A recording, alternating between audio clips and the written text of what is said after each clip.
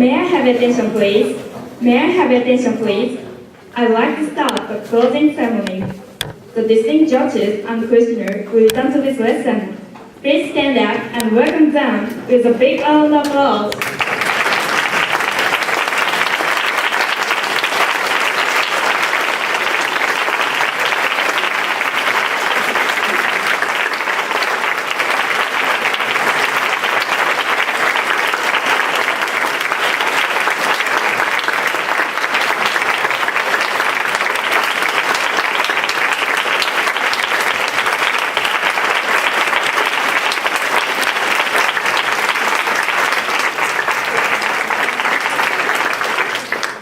Please be seated.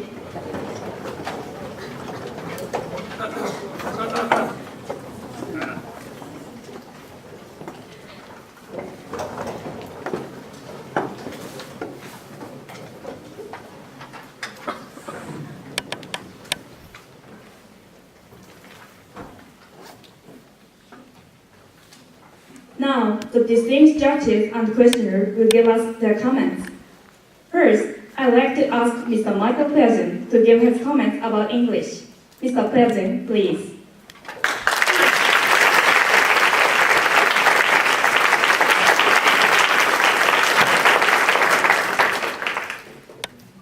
Thank you very much. Thank you very much. First, I'd just like to thank the E.S.S. staff members. Every year you put on a fantastic show, and this year was no exception. Also to fellow judges, MCs, and timekeeper who sat here for a very long time without taking us. Thank you very much for your hard work today. So I was asked to speak to you about English today, and this is the part that happens long before any of you step onto this stage. This is the part that we read before we come to this event. For example, this is grammar, word choice, rhetoric, clarity of your ideas, style, and even pronunciation. These are the things that you're practicing to make this speech sound perfect. Now let me be clear. I believe that communication skills are more important than grammar. After all, English is a lingua franca, and it's just a tool for communication. Perfect grammar is not required, because in conversation, you can ask for clarification. But this is not a conversation. This is a speech. And in a speech, you must prepare well. The listeners in the audience can't ask questions. They can't ask for clarification. So how can you prepare? Well, let's call this our recipe. First, you need some ingredients. You need yourself, you need your speech, you need someone knowledgeable about English, but also someone who will be honest with you, and a piece of paper. Step one, read your speech to your expert or chef. Let them listen, but don't let them read the speech from the paper. Ask them to write down the questions as you speak. And the types of questions are important. Two types of questions. They should be thinking about first meaning. Questions like, do you mean this? Or what do you mean when you say this? But also some questions about the content. There are many cases where people might have further questions. So if you're reading your speech and someone's thinking, well, how many of people are affected by this? Or maybe they're wondering what specific steps can be taken. These are the things you need to be thinking about in order to improve the content, not just the English in that case. Once you've listened to someone, step two, repeat it. Step three, repeat step one. Rewrite the speech, practice with someone, let them listen to their comments. And finally, ask someone to check the grammar, the word choice, and do this more carefully by reading it. So these are the steps that you can work on, and as well, in terms of pronunciation, you can also maybe ask someone to read it for you, to listen to the intonation, the pronunciation, to help you really master this speech in terms of English skills. However, when writing a speech, it can also be compared to cooking a dish because you also need variety.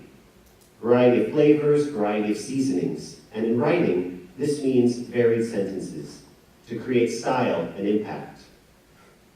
Short, choppy sentences can pack a punch. They build interest. They create impact.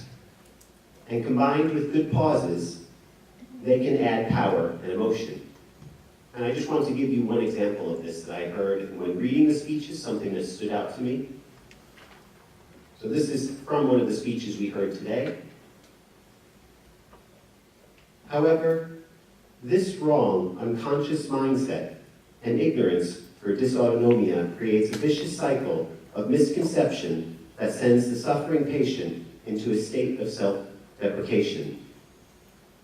Why couldn't anyone understand me? Or am I really just being lazy?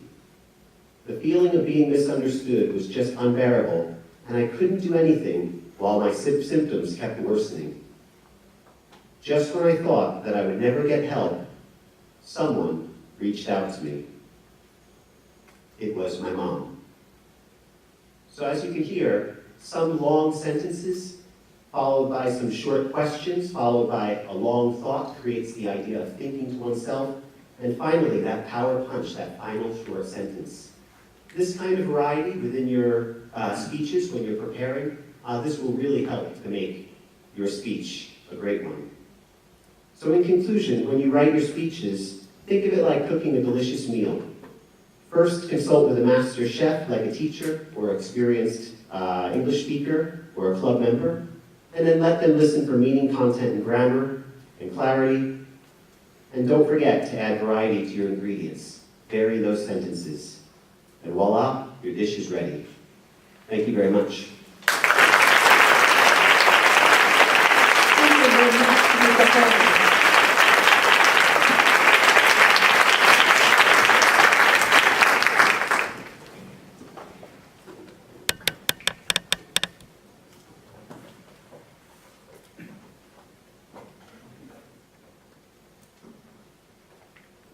Next, I'd like to ask Ms. Takami Shiokawa to give a comment of delivery. Ms. Shiokawa, please.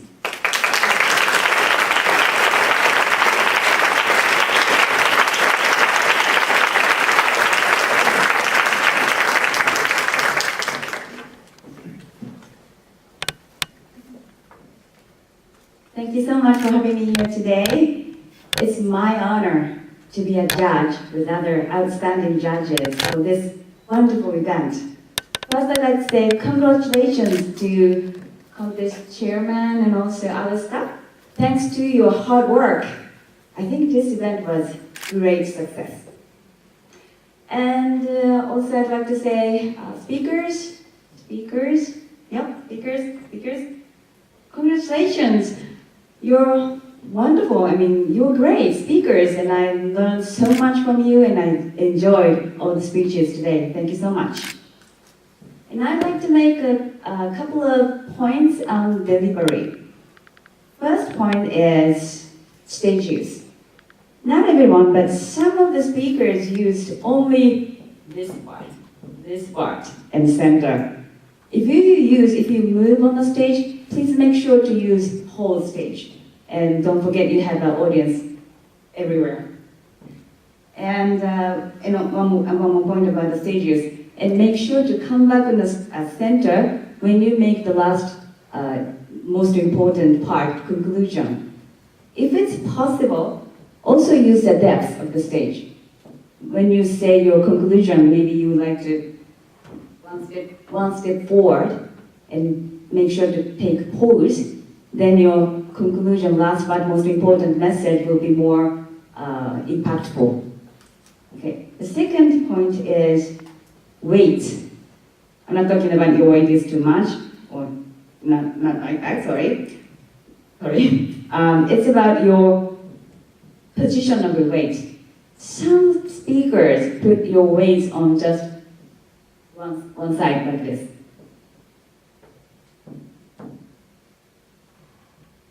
So obviously it's not good on the stage, but you want to make sure to put your weights on both sides. And actually, it's if you're passionate about delivering your message to the audience, like lean a little bit forward, like this.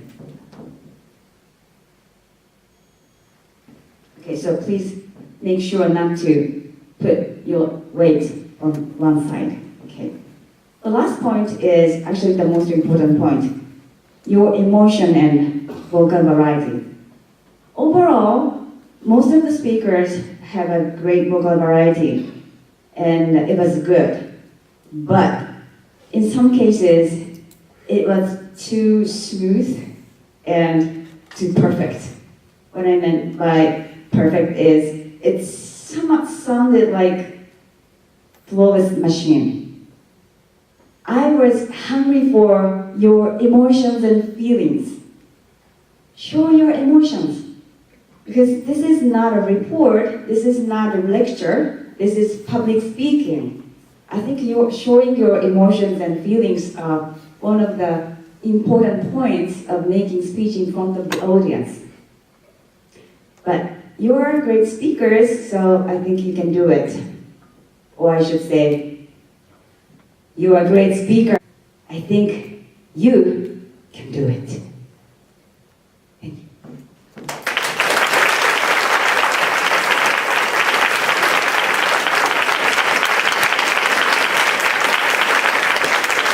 Thank you very much, Mr. Okawa. Next, I would like to ask Mr. Charles Pascal to give his comment about question and answer session. Mr. Pascal, please.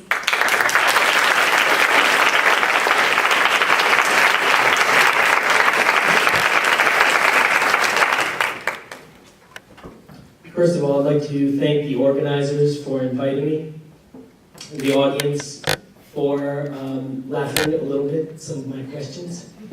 For the speakers, I thank you for your really inspiring speeches and for accepting my questions and doing your best to answer them.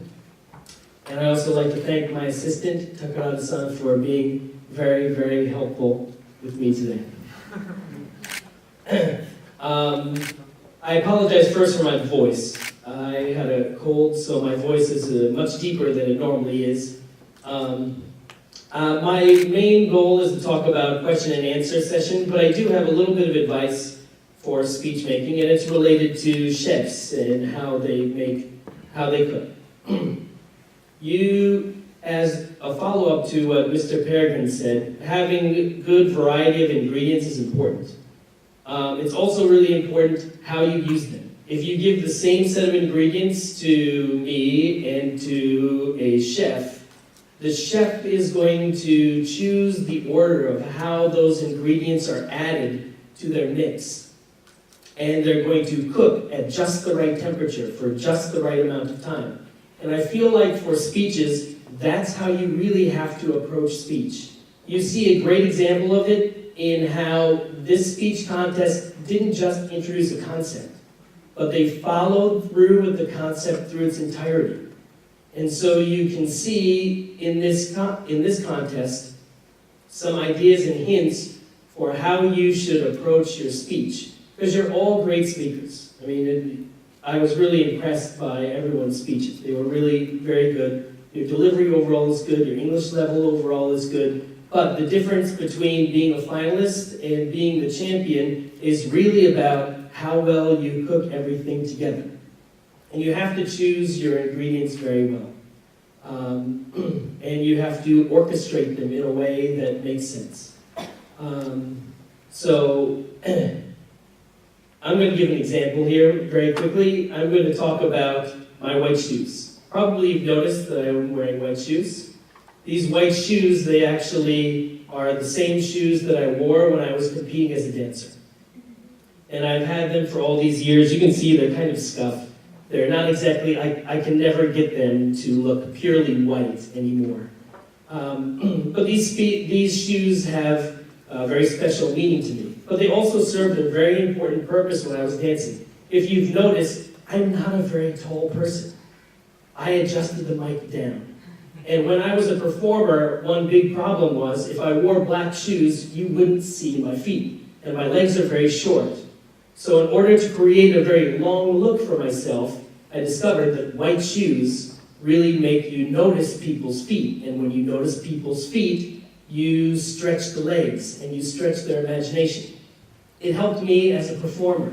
And I feel like it's those kind of choice of details in a speech that help make your speech excel. Every word that you choose should be important, and it should be there to try and convey your message. Just like my shoes were an effort for me to just grab someone's attention just a little bit more and to make myself look just a little bit better. So, putting that aside, I just want to talk about question and answer. I think actually Mr. Peregrine addressed some of the question and answer in his own comments. But I think it's a great idea for you to sit down with somebody, give your speech, and have them ask questions back to you.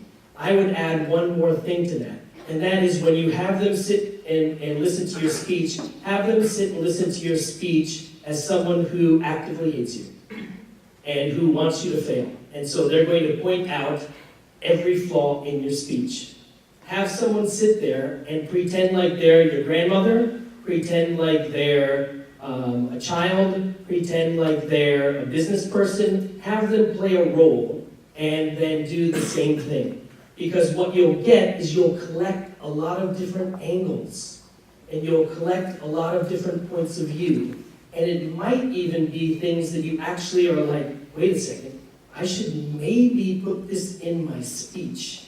Some questions are so powerful that hopefully they lead you to new discoveries. Maybe something that will make your speech even more unique. So finally, I hope that none of my questions really completely threw you. The goal of the questioner, I feel like, is to discover more of your background knowledge, the things that you couldn't put into your speech, and maybe just a little challenge you, a little bit, to show that you've thought about your idea from multiple perspectives. Hopefully I did that, and hopefully you don't hate me. And I look forward to talking to each of you afterwards. Thank you very much.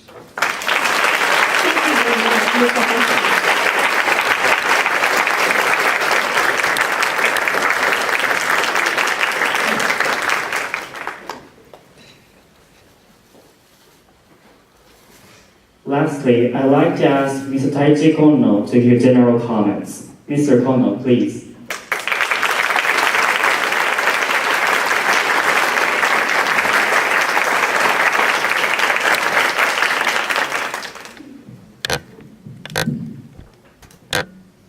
Right. Good afternoon, ladies and gentlemen. I can see audience. I decided to become speaker. Okay. First of all, I'd like to say thank you for all the organizers and speakers. Thank you very much for having me as one of the judges for this kind of prestigious speech contest. I really enjoy today's speeches. Okay. Since there are so many pieces of advice you have already got, I have only 5 pieces of advice as a general comment. First, what makes you hungry about the speech? What can make you feel hungry about everything, not only in the speech? In my opinion, the speaker's will is the best. So today, some of the speeches are a little bit have the room for improvement about the organization. For example, in the speaker's will, my opinion is that speaker's will should be included in the first part of the speech. And in some speakers, I was always feeling that why the speakers are so enthusiastic about the topic. And then the last part of the speech, I understood it. That's a little bit mottainai. So, why not thinking about the organization more deeply and put your will, put your wish at the first part of the speech? I think it's better to make a better flow of the speeches. Second one, internationalization. Since we are speaking English, not in Japanese.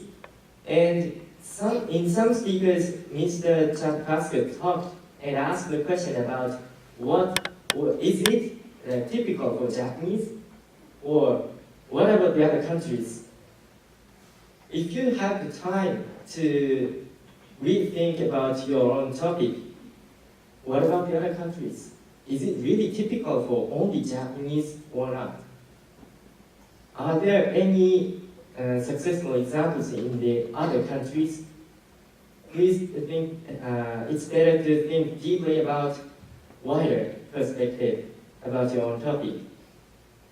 Okay, third one is about add more examples, not the experience. Many of today's speeches include the experiences. That's a very important point, but the important thing is experience itself is not an example. The example should be anything related to your topic, but not only for yourself. And your experience is good, but it should be included in the first as the trigger of the speech. The experience itself is the trigger, and the example itself is the leads to persuade your audience. So we think it's better to rethink about the examples. Are there any other examples related to your topic and making use of your own messages? That's very important to persuade the audience. Okay, and the fourth one is to think about mind of the audience. Mind of the audience. I think some speeches have the gap between what the speakers want to talk about and what the listeners want to listen to.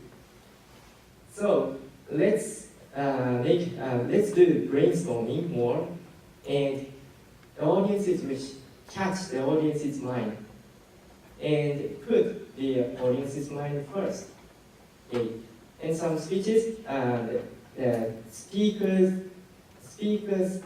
what the speakers answer the questions should be included in the contents of the speech, I felt. So let's do brainstorming with the other speakers or other colleagues. Okay. Last one is related to the first one, but speciality. What is special for your own speech? Okay. And what you think as special should be included in the first part of the speeches. And rethink about your own specialty, not only the contents, but also your delivery or English. What is special in yourself about your own speech? Please rethink, and continue to think about what your own specialty. Okay? 5 things. Will. Internationalization. Add more examples. Mind of the audience. And specialty. WILL. Will. I.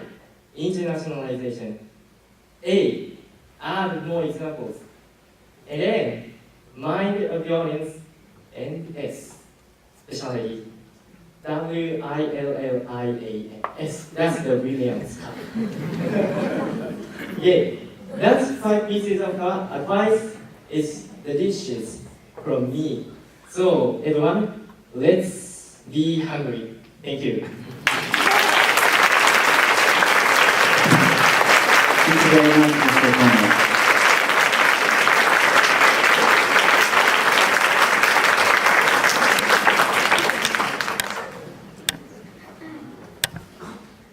Next, I would like to introduce the prizes of this contest. All 3 participants were awarded an invitation ticket from Konikami Noruta Planetarium Mountain. Next, I'd like to show the prizes for today's winners. The third prize is a certificate and trophy from St. Paul's University E.S.S. textbooks from the Institute for International Business Communication TOEIC Steering Committee NCRED. 日帰りバスツアーペアチケット from 株式会社 HIS. The second prize is a certificate and a trophy. Textbooks. 松阪牛羽下ロースすき焼きギフト from St. Paul's University E.S.S. The first prize is a 24th Lambs Cup from St. Paul's University E.S.S. Our certificate and trophy. Textbooks. The catalog of exit time from St. Paul's University E.S.S.